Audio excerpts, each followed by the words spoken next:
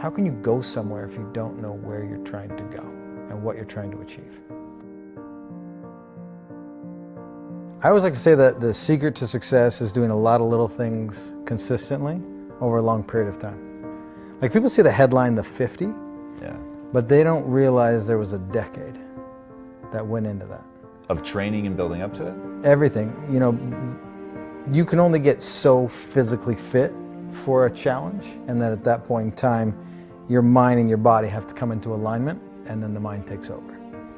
And, you know, one of the biggest questions I get is, how do I come or become mentally tough? And, you know, a lot of people say, oh, you're either born with it, or is it something that you can develop? And I'm in the camp of it's a development process. Anybody can do it. And I mean, it started for me in 7th grade. I grew up as a wrestler in Canada. And I lost my very first match. In fact, I lost almost every match after that. Wow. the entire season. Why'd you keep going?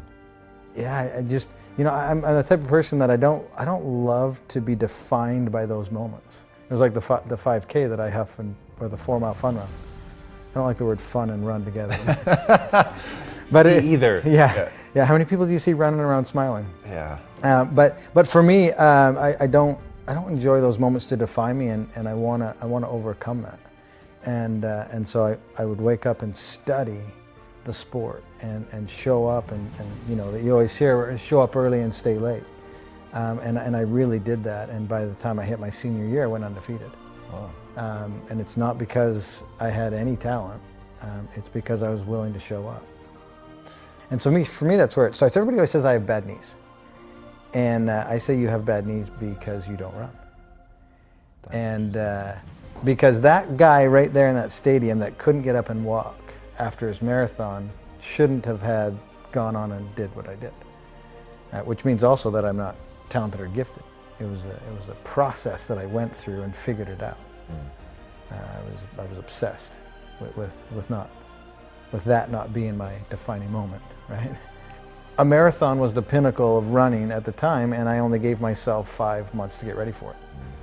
And I coach full time now with athletes, and one of the biggest things I try to get people to do is back down off the inspiration and let's build a foundation.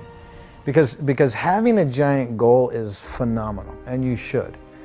But as long as the time frame associated with it has the proper balance.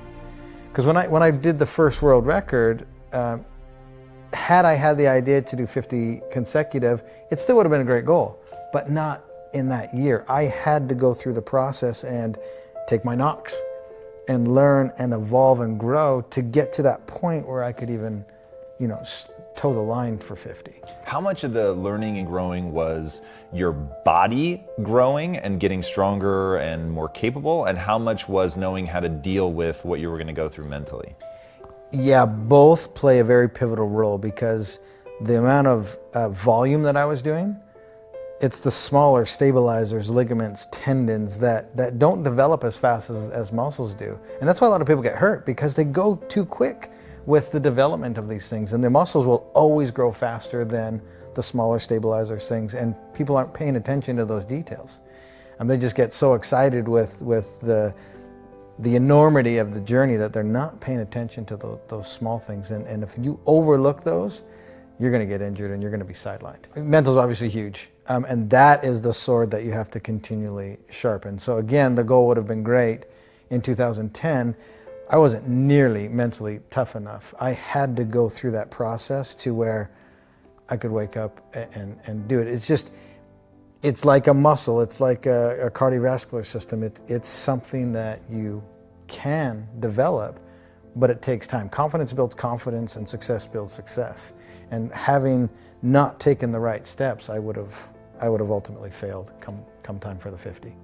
One reason was not enough for me to get back on my bike and do 20 more Ironmans. But as I started going through the list of everything that I was doing and why I was doing it, it's interesting because I would gather them all together, and I'd focus on this big ball. and I would bring it in close to me. And as soon as I focused on that, I started to experience a rebirth. Because now I was focusing on the very, very next moment that I had control over. And everything that I was trying to accomplish and why I was there. And I call this process, now looking back on it, both a rebirth and putting on my uniform, which was the alter ego. And my uniform was those yellow sunglasses you've seen me wear in some of my pictures. And when I put those glasses on, that's when the Iron Cowboy comes out. And that dude is a bad, bad man. And there's nothing that's going to get in his way. And I do a lot of speaking from stage now, and I want to encourage people to find whatever their uniform is, find whatever their alter ego is. Because when you discover that and how to flip that switch, that's when nothing gets in your way. And that's where you shift your focus and you realize what your purpose is. And I knew if I had the courage to get back on my bike and finish that day and then do the 20 more, my life would be different. That you're thinking that while you're there on the ground. And this whole process was about 8 minutes. The whole thing from complete meltdown to breaking all of the purposes and whys down to the realization, the rebirth, and getting back on and going. And it can happen that quick. We're moments away every day from a decision that's going to completely change our life. Every single moment of every single day has a massive impact on where you ultimately end up. And so that was a huge turning point, but it was all the decisions before and after that led to that moment. If the journey you're on is big enough, and it's going to have enough impact and change your life and other people's lives, one reason's not going to be big enough. And you need to put a lot of thought and a lot of preparation and a lot of meditation into all of the reasons why. Because at some point in time, you're going to need to gather all those little bad boys up and intently focus on it to have enough courage to get back up and do 20 more Ironmans after everything that we went through. We're surrounded today by people being satisfied with mediocre. And for me, as soon as I realized that I could believe in myself and I had a supporting crew beside me and around me, that it opened up a lot of the doors. And the moment I used someone else's standard of excellence, that was just enough to get me moving. And then you need to put that person aside or look past that person and create or do you. Create your own lane. And so for me, once I stopped looking at what everybody else was doing and then truly believed in what I could do, that, combining it with all those character traits that I talked about before, that's when human potential is truly can be found and experienced. How did you develop the belief in yourself? I think just over a long period of time. Again, it's that whole mental aspect of sharpening that tool and putting yourself in situations where you can learn and grow. Success builds success and confidence builds confidence. And just over time, as I started to do things, I was becoming successful at them. And I was doing a lot of little things consistently over a long period of time. And that's what allowed me to build the confidence to take on the next. And so it was learned. It was learned by doing and taking massive amounts of action. You have to immediately act and go after it. The only thing I'm trying to do is to get people to open their minds as to what is possible. We're living in a day and age where we're limiting what we think is possible. We're getting in our own way.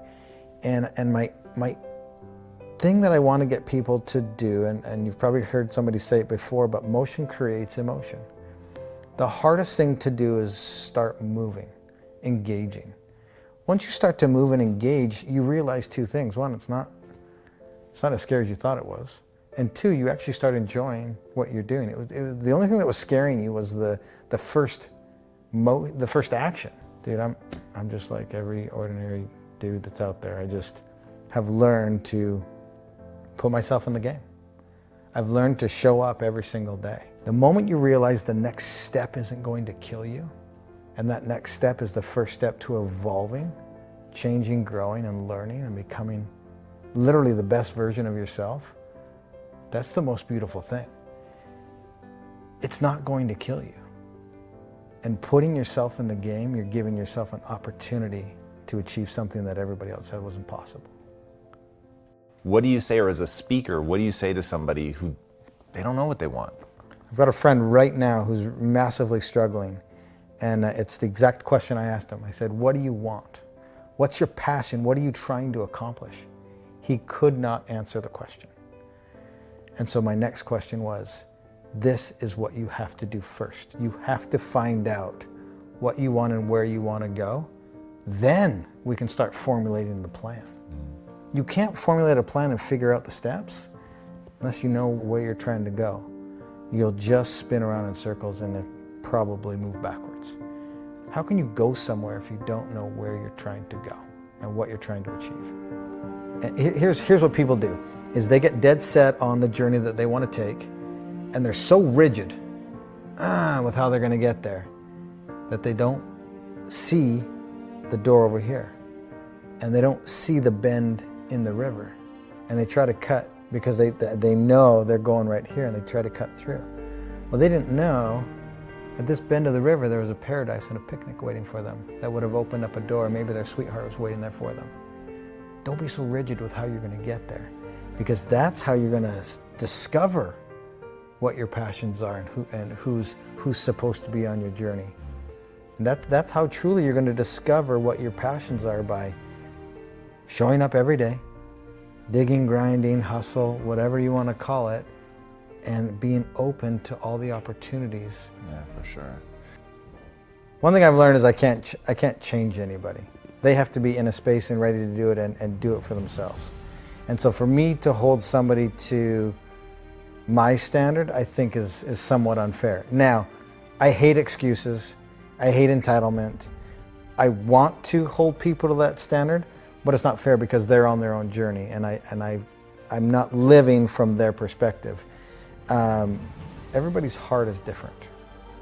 And for me to judge somebody else to my standard is unfair because I don't know where they are in their journey. And they could be at the beginning stages, and it would have been unfair to judge me at 24. 41 today.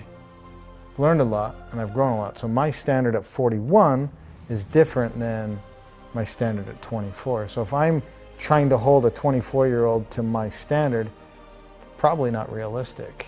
Maybe I'm cautioning people that are listening to take a step back and to understand, take a minute to understand what that person's heart possibly is and where they are on their journey in retrospect to where you are on your journey. That's really, really insightful. I love that a lot. And knowing what somebody's heart is, I think is, I'm going to use that. That's really, really interesting. What is the impact that you want to have on the world? Man, the impact. I am not here today to change anybody. And we just had a good conversation about people at different times of their journey. And for me, I literally just want to have people understand that you have to move to start feeling something. And if you move and start feeling something, you're on your way to the best version of yourself. And the impact that I want to have is just to have the ability to get you to live outside of the existence that you're in and to open it up to what's truly possible. And if I can just get people to understand that you're in your own way and to open up Pandora's box, per se, then you'll truly find what your limits are. And I hope that you don't find your limits, that you exceed your limits.